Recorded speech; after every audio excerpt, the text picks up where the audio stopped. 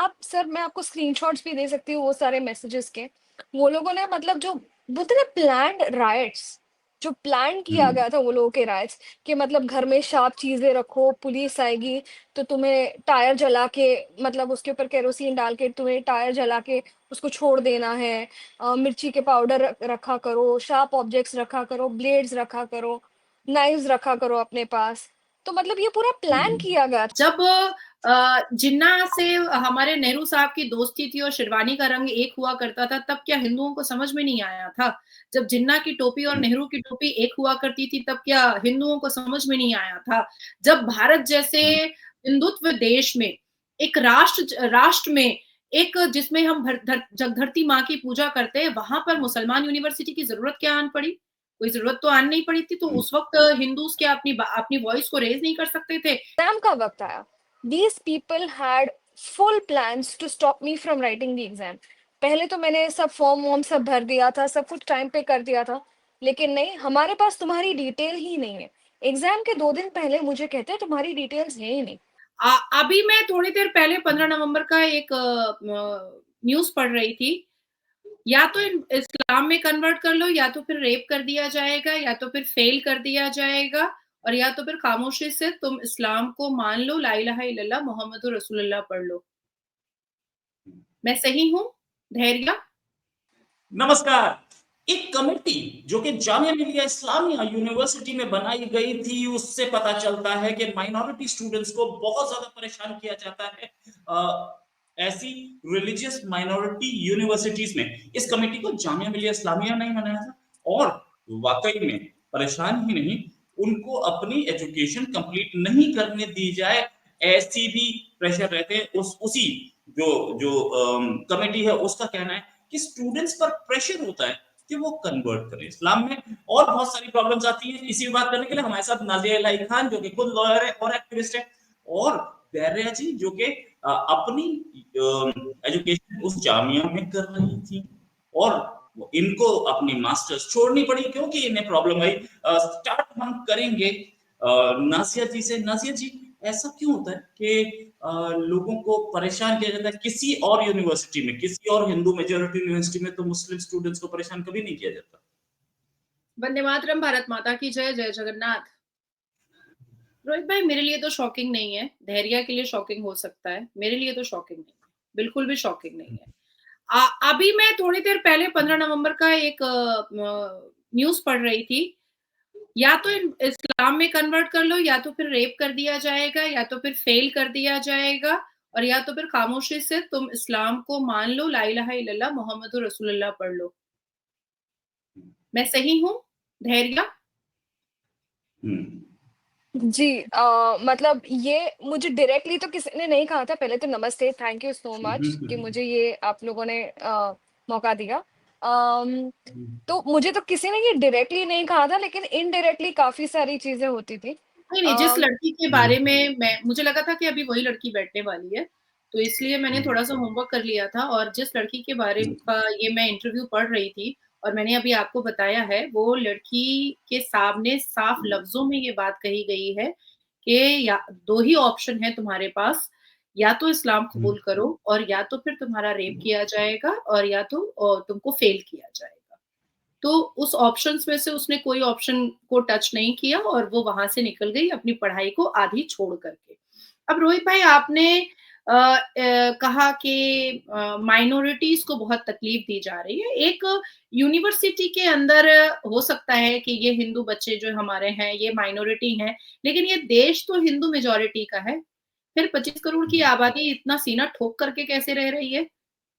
इतना छाती छाती को चौड़ा करके कैसे रह रही है?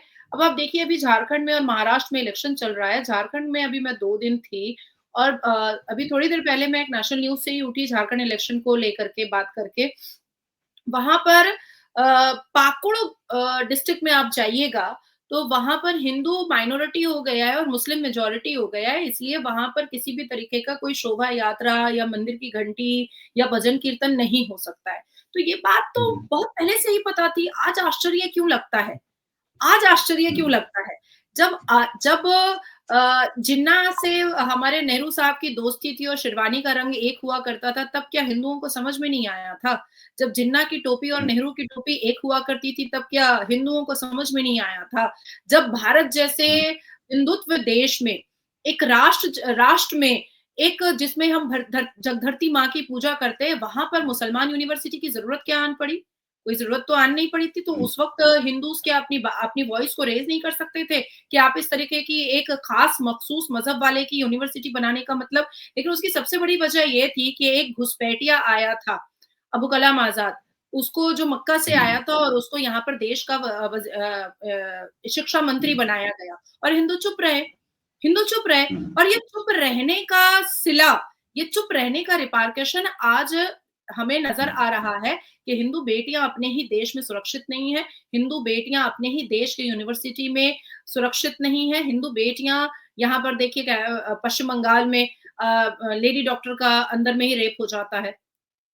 हॉस्पिटल के रेसिडेंस में ही रेप हो जाता है और क्या मिलता है? अरे 1 महीना, 1.5 महीना ये बात तो ये सबको पता है कि 1.5 महीना, 2 महीना लोग चीखेंगे, छाती पीटेंगे, उसके बाद सब के सब थक जाएँगे, सब घर में बैठ जाएँगे। आज धैर्य हमारे सामने है, हम इनके बारे में बात कर रहे हैं, हो सकता है 2-4 चैनल हमारे बाद इनको और बुला ले, वो भी इनके बारे में बात करेगा, लेकिन रिपार्केशन क्या है? उसके बाद तो फिर हो गया एपिसोड बंद, लेकिन रिपार्केशन क्या है? देखिए जब तक हिंदू एक नहीं होगा, तब तक हिंदू सेफ नहीं होगा। हिंदू बटेगा तो हिंदू कटेगा। और ये मैं तो स्पेशली रोहित भाई आपको बहुत अच्छे से पता है कि मैं तो हिंदू बेटियों को समझाते-समझाते थक चुकी हूँ कि किसी का अब्दुल अच्छा नहीं होता है, आप लोग इन अब्दुलों के चक्कर में पड़ते क्यों? आप पढ़ते क्यों हो? आपको अच्छा कैसे लग जाता है? हम तो थूकने के बराबर भी नहीं समझते हैं। आप कैसे गले का हार बनाने की कोशिश में लग जाते हो? एक ज़माना हम देखते थे जब मुगल से और नवाबों से बचने के लिए हमारी हिंदू बेटियां जो हैं वो जौहर कर लिया करती थी और अब हम देखते हैं कि अपने अब्दुल को बहुत खूबसूरत बताने के लिए हिंदू बेटियां आजकल रोड पर लड़ती भी हम जैसे लोगों से दिखाई देती हैं। हम जैसे लोगों से दिखाई देती है कि नहीं मेरा अब्दुल बहुत अच्छा है। तो अब अच्छा है कि हमने देख लिया इस यूनिवर्सिटी में कि किस तरीके से हिंदू बेटियों पर अत्याचार किया जा रहा है और हिंदू बेटियों को भी प्रैक्टिकली पता चला कि बेसिकली इनका हिजाब जब उतरता है तो ये कैसे शक्ल के नज़र आते हैं, कैसे शक्ल के नज़र आते हैं। मुझे लगता है कि सिर्फ़ देश के प्रधानमंत्री, सिर्फ़ देश के न्यायपालिका और सिर्फ़ देश के जो सरकार है या राज्य की जो सरकार है, सिर्फ़ ज़िम्मेदारी उस पर नहीं होती है। ज़िम्मेदारी हम जैसे ज़िम्मेदार लोगों पर भी होती है। हर वो व्यक्ति पर होती है जो इस राष्ट्र में रहता है, इस भूमि को अपनी मातृभूमि मानता है, उसकी भी ज़िम्मेदारी होती है। इनको रोड पर आना चाहिए और छात्र प्रोटेस्ट हमेशा से हमारे देश में, हमारे भारत देश में एक बहुत बड़ा प्रोटेस्ट रहा है और अगर आपके साथ इस तरीके की बदतमीज़ी या इस तरीके की वल्गैरिटी या इस तरीके का गैर सुलूक आपके साथ इस हिंदू मेजॉरिटी देश में हो रहा है, तो आपको रोड पर उतरने की ज़रूरत आन पड़ी है, रोड पर उतरें और कहें कि हमें बचाओ और अगर नहीं बचाओगे, तो फिर अपनी सुरक्षा हम खुद कर लेंगे। तो शेरावाली बन राइट। बिल्कुल बिल्कुल। अच्छा, धैर्य जी भी हमारे साथ है। Dhairya ji, as a student of Jamia, आपको क्या क्या प्रॉब्लम्स फेस करनी पड़ी? लेकिन बहुत सारे बोलते हैं ना कि ये सब तो बकवास है, कोई ऐसी स्टोरीज नहीं होती, सब सब बहुत अच्छा चलता है ना, और ऐसे यूनिवर्सिटीज में कोई डिस्क्रिमिनेशन नहीं होता। आपको क्या फर्स्ट हैंड एक्सपीरियंस? तो फर्स्ट हैंड एक्सपीरियंस तो मेरा तो मतलब पहले तो अगर मैं मेरी एक बात कहूँ तो मैंने थीसिस लिखी थी the genocide of Kashmiri pandits पे। और हम लोगों को ये द कश्मीर फाइल्स आने के पहले मतलब मैं एक रिसर्च कर रही थी। तो मतलब ये जब वाकया हो रहा था ये नवंबर के ही टाइम में मतलब कुछ आया था, सोशल मीडिया पे ट्रेंड कर रहा था और हमारी थर्ड सेमेस्टर के टाइम पे हम लोगों को बोला गया था कि you can write thesis on a particular subject you want to. तो मैं बस ऐसे ही रिसर्च कर रही थी, मैं सब चल रहा था और ये कश्मीर फाइल्स की बातें भी हो रही थी। तो 2-3 ट्वीट्स मैंने ऐसे ही पढ़े थे। तो कहते हैं ना one thing led to another. तो वो मैं रिसर्च करते गई एंड देन मतलब हम लोग को पता तो था कि मतलब कश्मीर में कश्मीरी पंडितों के साथ क्या हुआ था, लेकिन इतना डिटेल में कोई नहीं मतलब कभी डिस्कशन नहीं हुआ था। तो तब जाके मतलब सारी 2-3 डिटेल्स निकाली, सारे आर्टिकल्स खंगाले and I went to my professor. और तभी तो ऑनलाइन था सब कुछ क्योंकि कोविड का मतलब लास्ट फेज था। तो वो लोगों ने सब कुछ ऑनलाइन रखा हुआ था। तो जब थर्ड सेमेस्टर में मतलब वो जब ऑनलाइन डिस्कशन हो रहा था तो मैंने मेरे प्रोफेसर से कहा and he was a Kashmiri Muslim. वो बंदा मुझे बोलता है कि भाई मैंने कहा कि मेरे 2-3 टॉपिक्स थे। One one was that marriage age वो जो चल रहा था 18 से 21 का, वो एक उसके ऊपर मुझे लिखना था और एक ये था। तो अब उनको दोनों चीज़ों से आपत्ति हो रही थी कि भाई तुम दोनों मतलब I we do not like your topics. वो लोगों ने बहुत सटली बोला था, लेकिन he meant it that way that we do not like your topics. अब तो मैं कश्मीरी पंडितों के बारे में बात करने लगी तो बोलते पहले तो मुझे ये बोला गया कि ऐसा हुआ ही नहीं था। तो मैंने कहा सर तो फिर गिरजा टीकू का जो इंसिडेंट जो था वो सही था या गलत था? तो कुछ बोले नहीं। प्रेमनाथ कौल के बारे में पूछा, बीके आई मीन और काफ़ी सारे लोगों के बारे में पूछा, तो कुछ बोले नहीं वो। तो मैंने कहा कि मतलब तो फिर मैं ये लिख रही हूँ, I am not listening to you but I am writing about this. तो बोलते कि नहीं, नहीं तुमको बैलेंस्ड व्यू रखना होगा। तो मैंने बोला बैलेंस्ड व्यू मैं कैसे रखूँगी इसके बारे में? तो बोलते हैं कि ये नहीं अच्छा तुमको एक क्या ये करना होगा कि तुमको ये लिखना होगा कि मुसलमानों ने भी हिंदूज की हेल्प की थी। तो मैंने बोला जब तो जब बीके गंजू के घर वो जो मतलब उनका वो कहाँ है, वो उनके नेबर्स ने ही बताया था, तो उन्होंने हिंदूज की थोड़ी हेल्प की थी, उन्होंने तो टेररिस्ट का साथ दिया था। तो मैंने बोला ये बैलेंस्ड व्यू कहाँ से आया? तो उन्होंने फिर कुछ नहीं कहा।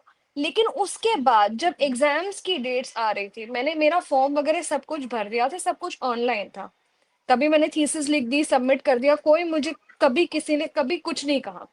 पर जब एग्जाम का वक्त आया, these people had full plans to stop me from writing the exam. पहले तो मैंने सब फॉर्म वॉर्म सब भर दिया था, सब कुछ टाइम पे कर दिया था, लेकिन नहीं, हमारे पास तुम्हारी डिटेल ही नहीं है। एग्जाम के 2 दिन पहले मुझे कहते हैं तुम्हारी डिटेल्स है ही नहीं। अब तब मैं यहाँ घर पे थी बॉम्बे में। मैंने कहा कि अब मैं क्या करूँ? तो बोलते कि नहीं नहीं नहीं, यू अपीयर नेक्स्ट ईयर। मैंने बोला मैंने जब भरा हुआ है तो मैं क्यों मतलब like why would I give it next year, why would I give my exams next year?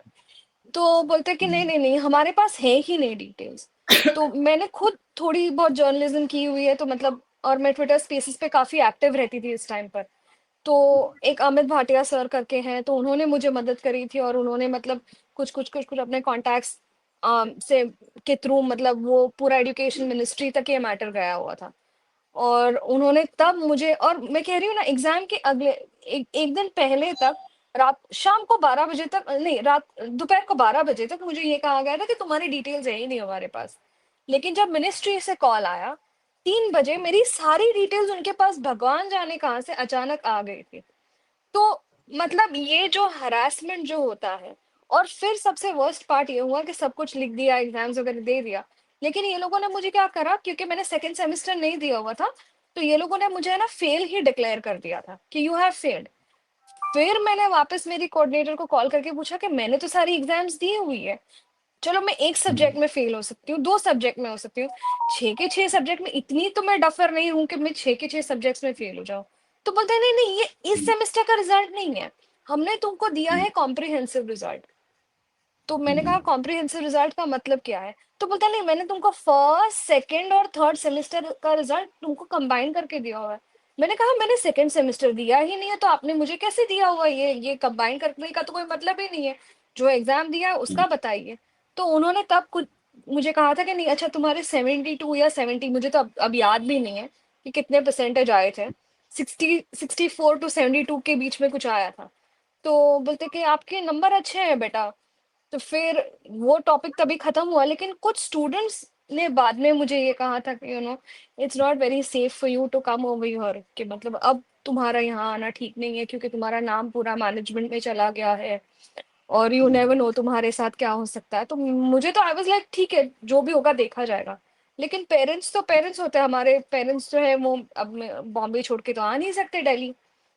तो दे वर अ लिटिल स्केर्ड कि मतलब क्यों, मतलब you don't have to risk your life, क्योंकि कैंपस के अंदर तो कुछ भी हो सकता है, यू नेवर नो। ना नाज़िर जी, ये सिचुएशन, ये बच्ची की सिचुएशन सुनी हमने। इस जैसी सिचुएशन में पहली चीज तो क्या ऐसी सिचुएशन हर जगह है, और क्या ये ऑर्गेनाइज्ड है चारों ओर? मतलब इस she was a victim of an organised, सबके सब इकट्ठे मिलके, या एक ऑन टू वन इंसिडेंट ऐसी आई थी? रोहित भाई, ये एक इकोसिस्टम काम कर रहा है जो हर जगह है। ऐसा नहीं आप सोचिए कि ये सिर्फ इनके यूनिवर्सिटी में है, जामिया इस्लामिया में है, या ये सिर्फ मौलाना आज़ाद कॉलेज में है, या सिर्फ ये किसी मुस्लिम स्कूल या कॉलेज में है, नहीं।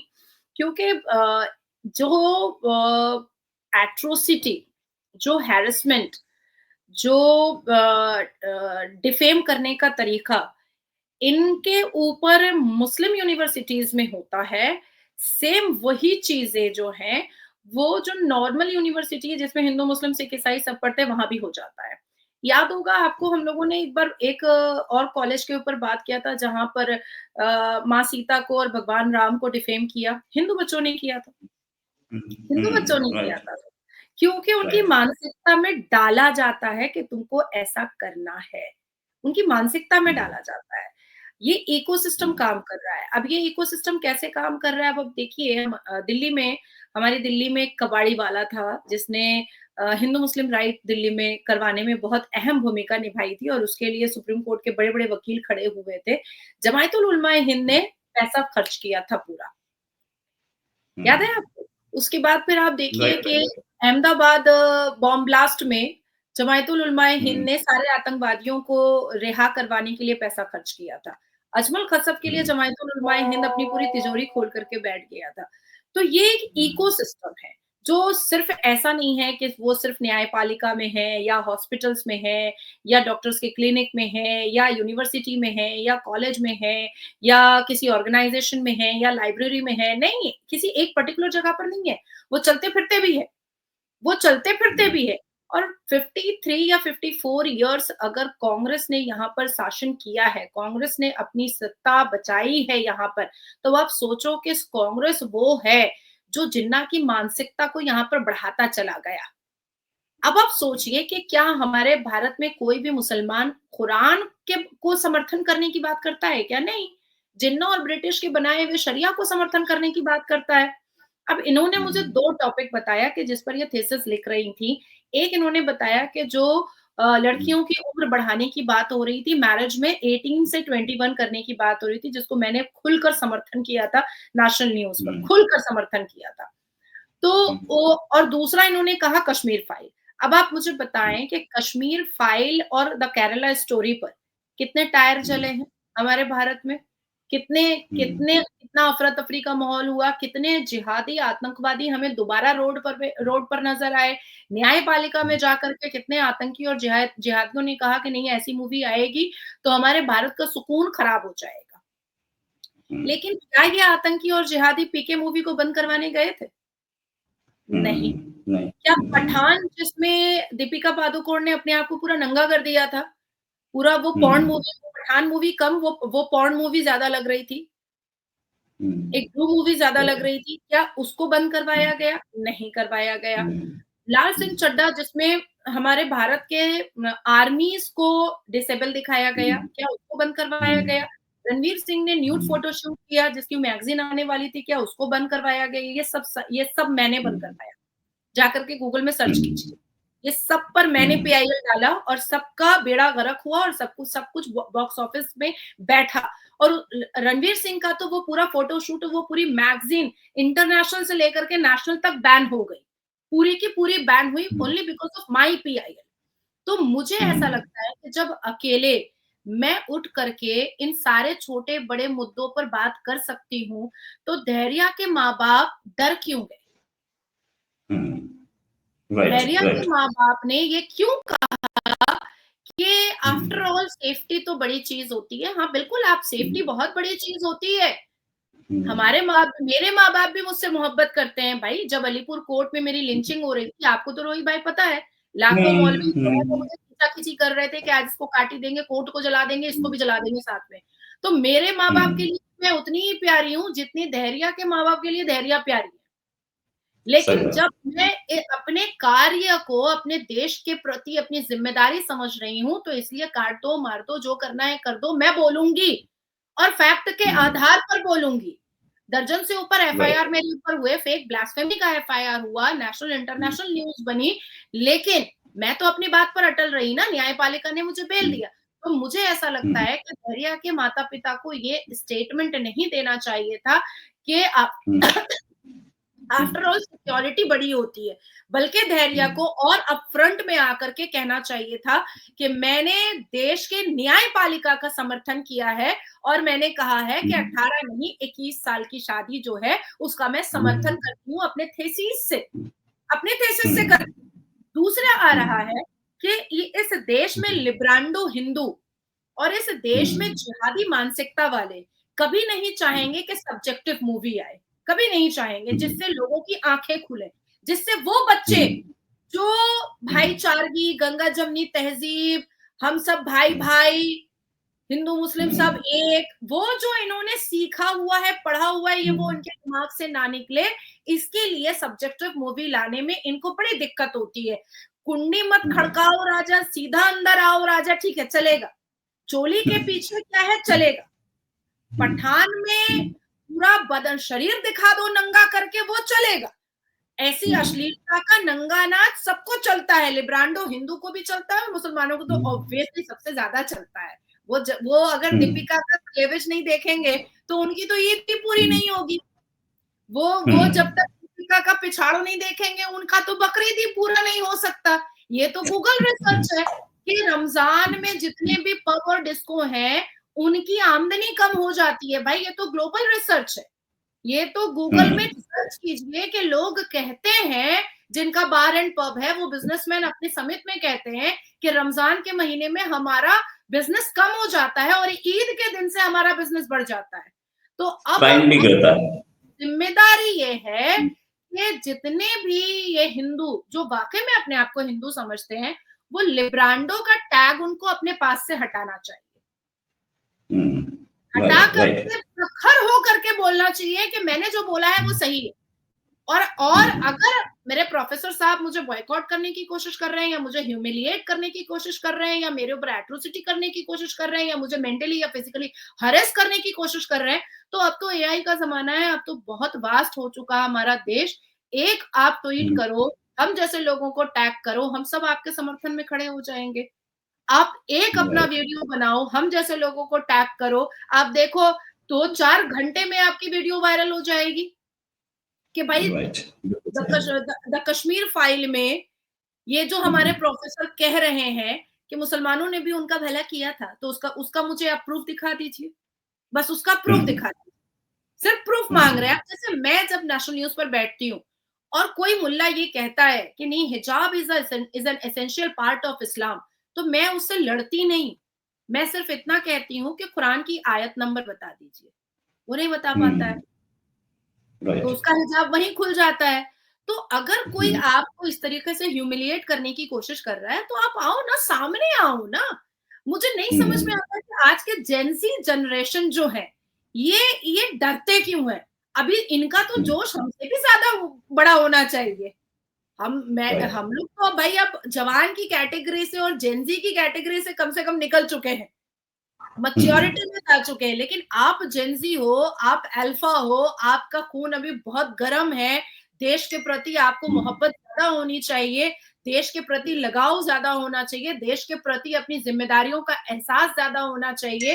भाई वीर भगत सिंह जी को पढ़ो, सरदार पटेल जी को पढ़ो, राजा राम मोहन राय जी को पढ़ो, शिवाजी महाराज जी को पढ़ो, सिम्बा को पढ़ो, तो पता चले कि भाई उन्होंने देश के लिए क्या किया। क्या उनके परिवार ने कहा कि सेफ्टी इज अ मैटर? नहीं, उनके माता पिता ने तो नहीं कहा कि सेफ्टी इज अ मैटर। मेरे माता पिता ने तो नहीं कहा कि मेरी बेटी के लिए सेफ्टी बहुत मैटर करता है, चलो आज से घर में बैठ जाओ। और अगर क्या मैं घर में बैठ जाऊं तो मेरा क्या हुक्का पानी बंद हो जाएगा? नहीं। कौन ऐसा हिंदू है जो मुझे 10 रुपए दे देता है कि नाजिया हिंदू धर्म के पक्ष में बात करती है तो लो नाजिया का घर चल रहा है? नहीं। कोई आकर सामने कहे कि कोई मुझे 10 रुपए देता है, किसी का चवन्नी नहीं जानती नाजिया, किसी की चवन्नी नहीं जानती, देश के प्रति मोहब्बत है इसलिए अपनी जान देने को तैयार है। भगत सिंह ने भी दिया था इतने कम उम्र में। मैंने तो फिर भी दुनिया देख लिया 32-33 साल तक। तो ये जोश आना चाहिए, तब आप आगे आ पाओगे, आप बोल पाओगे। एक तो दूसरा, मैं एक अभी पॉडकास्ट में थी तो उसमें एक बच्चा बहुत सारे जेनजी ग्रुप के थे, वो कह रहे थे मैम बहुत अपफ्रंट आने के बाद होता क्या है कि हम अपनी सोशल लाइफ ना वो हमारी बहुत हैम्पर हो जाती है। अरे नहीं भैया, मैं भी टी शर्ट पहनती हूँ, मैं भी जीन्स पहनती हूँ, मैं भी घूमती हूँ, तो मैं भी रिवीलिंग कपड़े पहन लेती हूँ अभी भी। आपकी सोशल लाइफ कुछ हैम्पर नहीं होनी है। आप देश के प्रति अपनी जिम्मेदारी पूरा करो ना। और बेवजह का अपनी बॉडी से किसी को एंटरटेन करवाना, ये क्या कोई अच्छी बात है क्या? तो अपने अपने 10 मिनट, 1 घंटा, 15 मिनट या डिस्को पब के डांस के लिए आप देश को धोखा दो, ये तो जेनजी ग्रुप से हम नहीं एक्सपेक्टेशन रख सकते हैं अब, कम से कम अब। तो अपने संवैधानिक राइट को समझना भी धैर्य बहुत जरूरी होता है। अपने राष्ट्र के प्रति एकदम बियॉन्ड एवरीथिंग मोहब्बत करना भी बहुत जरूरी होता है। सेफ्टी इज मैटर, पर राष्ट्र इज मैटर टू। राइट। मैं क्वेश्चन नंबर धैर्य, क्या यूनिवर्सिटी में पढ़ते हुए कभी आपको अनसेफ महसूस हुआ, या आपके जो दोस्त वगैरह थे, कभी उन्होंने आपको बोलने की कोशिश की कि इस्लाम इज बेटर रिलीजन, आप शिफ्ट कर जाओ, कुछ ऐसा? मेरा वहां पे ज्यादा रहना नहीं हुआ था, क्योंकि मेरा जब सितंबर में कोर्स चालू हुआ था, अक्टूबर नवंबर मतलब जितना मैं रही हूँ उतना रही थी। और फिर मतलब मैंने काफी कम क्लासेस अटेंड की थी मैंने सितंबर के एंड में। फिर आई थिंक फेस्टिवल शुरू हो गए थे, और नवंबर आते आते तो मतलब वो लोगों ने कह दिया था कि एग्जाम होंगे। लेकिन अब जब दिसंबर आया, तब वहां पे सीए राइट्स भी शुरू हो गए थे, अगर हमें याद हो तो मेरा ज्यादा रहना नहीं हुआ था वहां पर। लेकिन हाँ, ये एक वाकया जरूर हुआ था वहां पे, जब हम लोगों ने मेरे और मेरे दोस्त ने कुछ लोगों ने खुलकर सीए का समर्थन दिया था, कि हम लोग को ये कहा गया था कि नहीं नहीं नहीं। जी एबीवीपी के साथ। जी। तो मतलब मेरे कुछ क्लासमेट्स थे, कुछ एक लड़की थी, उसने उसने और मैंने मतलब हम लोगों ने सिर्फ ये कहा था हमारे ग्रुप पे, मतलब हमारा जो एमए पॉल साइंस का जो ग्रुप था, सिर्फ इतना कहा था कि भाई आप सीएए का पूरा पढ़ लो। ये नहीं कि फरहान अख्तर की बात सुन के ये कहो कि तुमको देश से निकाला जा रहा है। सिर्फ इतना कहा था। और हम लोगों ने क्या कहा था, उसका मतलब वो जो सीएए का जो डॉक्यूमेंट जो पूरा जो था, हम लोगों ने वो पूरा रखा था वहां पर। और हम लोगों ने ये कहा था कि इवन होम मिनिस्टर ने कहा है कि किसी को निकाला नहीं जा रहा है, सीएए हमारे लिए है ही नहीं। ठीक है। सिर्फ इतना वो लड़की ने ग्रुप पे पोस्ट किया था, और हम लोगों ने तो खुल के समर्थन किया हुआ था ये बात का। और आई थिंक 3 या 4 दिसंबर को हम लोग को बोल दिया गया था कि आप कैंपस कैंपस खाली कर दो। तो मैं तो उसके पहले ही दिवाली के लिए घर पे चली गई थी, और फिर मैंने थोड़ा मेरा स्टे भी प्रोलॉन्ग कर दिया था घर पे। लेकिन ग्रुप सिर्फ आप लोगों को जिन्होंने पोस्ट किया था, या सबको बोला गया था? नहीं, सबको बोला गया था, कमेंट में ही सबको, स्टूडेंट्स को मैसेज आ गया था कि भाई मतलब तुम खाली कर दो, नोबडी इज स्टेइंग हियर। जब जैसे ही आई थिंक ये पहले जेएनयू में पहले ये मैटर हुआ था, और फिर जामिया में गया था, if I am not wrong. तो हम लोग को ये पहले दिसंबर के फर्स्ट वीक में ही बोल दिया था कि you can leave the college, you can leave the premises, nobody is staying anywhere. तो हम लोग तो कॉलेज के आसपास, मैं ना हॉस्टल में रहती थी ना कहीं रहती थी, तो मैं तो वैसे ही घर पे ही थी, मुंबई में ही थी। मैंने मेरा स्टे प्रोलॉन्ग कर दिया था। तो वो लोगों ने फिर मतलब ग्रुप पे मतलब कुछ कुछ चल रहा था कि भाई तुम you will have to support CAA, we are students, हम भाई बहन हैं। तो तभी मतलब अगर हम लोगों को देश से निकाल दिया गया तो क्या करेंगे हम कहाँ जाएंगे। तो हम लोगों ने सिर्फ 2 या 3 लड़कियों ने मिलकर सिर्फ इतना कहा था कि भाई तुम पूरा पढ़ लो। मतलब ये नहीं कि मतलब कोई कह रहा है, फरहान अख्तर बोल रहा है, वो तो पागल ही है, उसका बाप भी पागल है, वो भी पागल है। और वो और एक काफी सारे बॉलीवुड एक्टर्स इसमें आ गए थे कि ओ माय गॉड क्या होगा, मुस्लिम्स को निकाल दिया जाएगा, ये सब। तो मैंने बोला पढ़ लो। और मैंने उसका समर्थन किया था वो लड़की का, कि मतलब नहीं, शी इज राइट। तो वो लड़की को तो ये बोला गया कि भाई, और वो दिल्ली की है वो लड़की, तो उसको तो मतलब एक लड़के ने ग्रुप पे सीधा कह दिया था कि मतलब तुम एक पीस में अब मिलोगी या नहीं, ये भी नहीं पता। तो फिर तो मैं तो और चिढ़ गई थी ये बात को लेके कि भाई तुम्हारा कहने का मतलब क्या है। वो सिर्फ इतना बोल रही है जैसे, और वो लोग कि आप सर, मैं आपको स्क्रीनशॉट्स भी दे सकती हूँ वो सारे मैसेजेस के। वो लोगों ने मतलब जो बोलते ना प्लान्ड राइट्स, जो प्लान किया गया था वो लोगों के राइट्स, कि मतलब घर में शार्प चीजें रखो, पुलिस आएगी तो तुम्हें टायर जला के, मतलब उसके ऊपर केरोसिन डाल के तुम्हें टायर जला के उसको छोड़ देना है। मिर्ची के पाउडर रखा करो, शार्प ऑब्जेक्ट्स रखा करो, ब्लेड्स रखा करो, नाइव्स रखा करो अपने पास। तो मतलब ये पूरा प्लान किया गया था, और हम लोगों को तब ये रियलाइज हो रहा था कि now we are getting pressure for for being pro CAA, फिर भी we did not right. Back out and we said नहीं भाई कि हम लोगों का जो है वो है, we are not backing out. और फिर उसके बाद तो कोविड आ गया, हुँ, तो हालांकि वो पूरा मैटर ही दब गया था, लेकिन हुँ, हुँ। वो फेज जो था वो एक फेज जो जहाँ पर मतलब ये जो सीए का जो सारी चीजें हुई थी, तो वो 2-3 महीने वो तो आई थिंक कोविड तक ये लोगों का तमाशा चलते ही रहा था जामिया के एक साइड पर कि हम लोग को राइट, निकाल दिया जाएगा करके। तो तब we were pressurised a lot. Right. The final question आपसे नाज़िया जी, जैसे धैर्या ने बताया कि इनका ये था कि घर में ऑब्जेक्ट्स रखो, ये कॉलेज के स्टूडेंट्स के लिए, ये ऑर्गेनाइज्ड है। ना तो हिंदू यूनिवर्सिटीज में हिंदू बच्चों को या जनरल यूनिवर्सिटी जनरल बच्चों को नहीं बोला जाता कि शार्प ऑब्जेक्ट्स रखो, मिर्ची मसाला रखो, ये रखो वो रखो, कुछ नहीं। ये कौन सी तरीका है? और ये क्या क्या गवर्नमेंट इसको नहीं जानती? धैर्य जानती है, मैं जान रहा हूँ, आप भी जान रहे हैं, कि गवर्नमेंट नहीं जानती कि किस तरीके से कॉलेज के बच्चों को बताया जा रहा है व्हाट्सएप ग्रुप में अपने घर में ये सामान रखो ताकि आप लड़ लें। क्या धैर्या ने या कभी धैर्या के दोस्तों ने जिसने सीएए का समर्थन किया और जो धैर्या अभी बता रही हैं, क्या उन्होंने कभी भी अपने नियरेस्ट पुलिस स्टेशन को ये लिख करके दिया?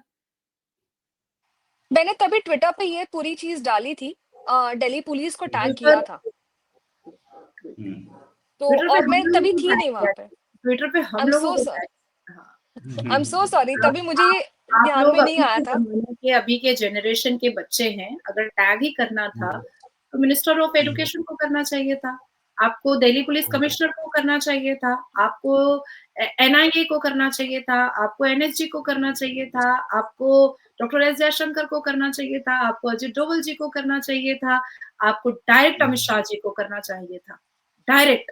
बल्कि उसके साथ-साथ उस ट्विटर के साथ-साथ आपको एक मेल करना चाहिए था हमारे कैबिनेट एजुकेशन मिनिस्टर को कि इस तरीके से यहाँ पर आतंकवाद गतिविधियों का इंतजाम हो रहा है, सिर्फ सीए का प्रोटेस्ट नहीं हो रहा है। देखिए, हमारा देश संवैधानिक है और हर किसी को अपने-अपनी बातों पर प्रोटेस्ट करने की पूरी-पूरी अनुमति दी जाती है संविधान के द्वारा। लेकिन उस संविधान में आतंकवादी गतिविधियाँ कोई नहीं कर सकता है, कोई नहीं कर सकता है। और यही वजह है कि जब भी हम देखते हैं कि शाहीन बाग में जब जलसा लगता है, तो वो आतंकवाद जलसे में बदल जाता है। या किसानों का आंदोलन के नाम पर जो जलसा लगाया जाता है या पिंक टेंट बनाया जाता है, वो फिर खालिस्तानी जलसा बन जाता है। तो उसको ये जलसा जब स्टार्ट होता है, तो लोग उसको पॉजिटिवली देखते हैं कि ठीक है, प्रोटेस्ट कर रहे हैं, करने दो। लेकिन जब वो आतंकवाद गतिविधियाँ या खालिस्तान प्रोटेस्ट बन जाता है, तो फिर उसका वैल्यू भी खत्म हो जाता है और देश में अभी भी हम जैसे लोग हैं, बल्कि मुझसे भी ज़्यादा राष्ट्रवाद लोग हैं, जो फिर उसका चीरहरण करना स्टार्ट करते हैं। तो अगर आप अपनी यूनिवर्सिटी के अंदर से आप मेल करती हैं एजुकेशन डिपार्टमेंट को या एजुकेशन मिनिस्टर को या अमित शाह जी को कि इस तरीके से और स्क्रीनशॉट को आप एनेक्स करती, आप भेजती कि देखिए किस तरीके से मिर्ची पाउडर और औज़ार रखने की और आतंकवाद गतिविधियों का इंतज़ाम किया जा रहा है, तो मैं आपको पूरी ज़िम्मेदारी से कह रही हूँ कि दूसरे दिन आपको मिनिस्टर ऑफ एजुकेशन या मिनिस्टर ऑफ डिफेंस से आपको ज़रूर कॉल आता और आप वो सारे लड़के आज जेल में होते जो ये सारी मशवरा दे रहे थे। अब आती है बात कि आपके लिए शॉकिंग है, पर मजबूरी फिर इस बात की है कि जिस तरीके से मेरे लिए शॉकिंग नहीं है, उसी तरीके से ये सारे हालात आप लोगों के माता-पिता के लिए भी शॉकिंग नहीं है। क्योंकि आपके माता-पिता ने भी 93 बॉम्ब ब्लास्ट देखा है। आपके माता-पिता ने भी हिंदू जेनोसाइड देखा है। तो जब या उनके धैर्य लिए बोलो। शॉकिंग नहीं है, तो हम्म, उनको तो अपने बच्चों को इतना साहसी बनाना चाहिए कि भैया तुम डरना नहीं बल्कि आगे बढ़ना। राइट। धैर्य डरना कुछ नहीं ऐड ऑन करना चाहती हूँ। धैर्य कुछ ऐड जी, ऑन कर, धैर्य। जी। हम्म, अब इसमें होता क्या है मैम, कई बार हम लोग मैंने बोल तो दिया कि ट्विटर पे मैंने डाल तो दिया और मैंने सबको टैग करा था, अपने जिनका नाम दिया था मैंने, हाँ, अमित शाह जी को वगैरह नहीं किया था टैग, लेकिन मैंने दिल्ली दिल्ली पुलिस के कमिश्नर को किया था, दिल्ली पुलिस को किया था। और मैंने अब वो कितने काफी टाइम हो गया तो मुझे एग्जैक्टली याद नहीं है, लेकिन ये 2 अकाउंट्स को तो मैंने पक्का टैग किया हुआ था। लेकिन वहां पर वापस यही चीज हुई कि भाई दिस नेवर हैपेंड, ये ओके, हुआ ही नहीं है ओके। कभी। मतलब डिनाई कर दिया गया, यस नाजिया जी, डिनाई कर दिया गया। नहीं, नहीं, अगर एप्रोप्रिएट तरीके से अगर लिया जाए कि मैं तो खुद हर वक़्त कुछ ना कुछ अपने साथ होता हुआ देखती हूँ।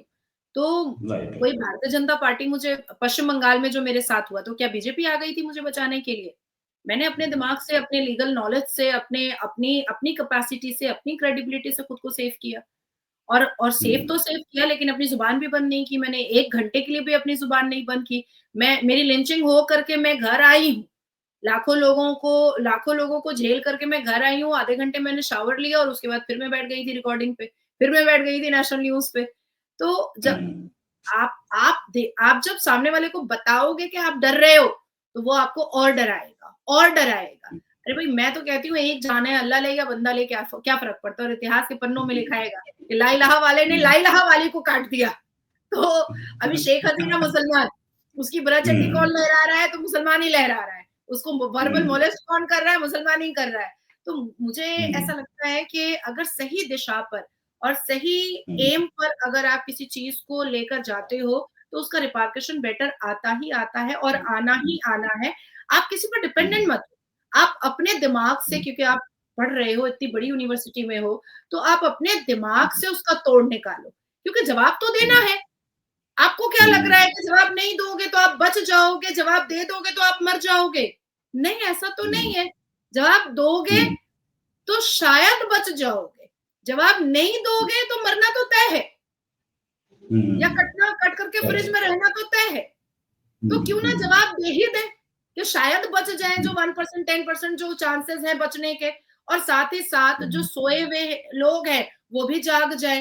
क्योंकि देखिए, एक एक छोटा-सा हमारे हाथ में जब ज़ख्म होता है ना, तो हम उसका इलाज उसी वक़्त करते हैं, तभी वो खत्म होता है। नहीं तो उसके बड़े होने के बाद जब हम उसका इलाज करते हैं, तो वो काला स्पॉट छोड़ के चला जाता है। तो जिस कम्युनिटी को नेहरू से लेकर के राहुल गांधी, मनमोहन सिंह की सरकार तक जिसको पाला-पोसा गया है, साथ में दस्तरखान पे बिठाया गया है, साथ में मोगलिया खाना खाया गया है, उसको अचानक से 10 साल में अगर आप सोचिएगा कि हम लोग बिल्कुल वैनिश कर दें, बिल्कुल इंसान बना दें जानवर को, वो पॉसिबल नहीं है। अभी हम उस ज़ख्म का, उस नासूर ज़ख्म का इलाज कर रहे हैं। इलाज करने के बाद वो काला निशान भी छोड़कर जाएगा। फिर उस काले निशान का इलाज करना पड़ेगा और तब जाकर के वो पूरा सही सही हो पाएगा। तो इसमें हम सबको अपनी ज़िम्मेदारी निभानी पड़ेगी, तभी जाकर के सब कुछ ठीक होगा। Yeah, thanks a lot, Nazia ji, and thanks a lot, Dhairya. Discussion बहुत लंबा है और अभी लड़ाई, एक लंबी लड़ाई नाज़िया जी ने भी लड़ी, और नाज़िया जी के ऊपर भारत की आजादी के साल कितने हो गए ना, उससे ज्यादा केस इन पे डाले हुए नाज़िया जी पे। लड़ने के लिए भी बैठी है और इनके साथ क्या नहीं हुआ, लेकिन लड़ रही है, आज भी लड़ रही है। Thanks a lot Nazia ji, thanks a lot Dhairya ji. जल्दी ये डिस्कशन और करेंगे। अभी के लिए नमस्कार, धन्यवाद, जय हिंद। वंदे मातरम, जय भोलेनाथ, हर हर महादेव। हर हर महादेव।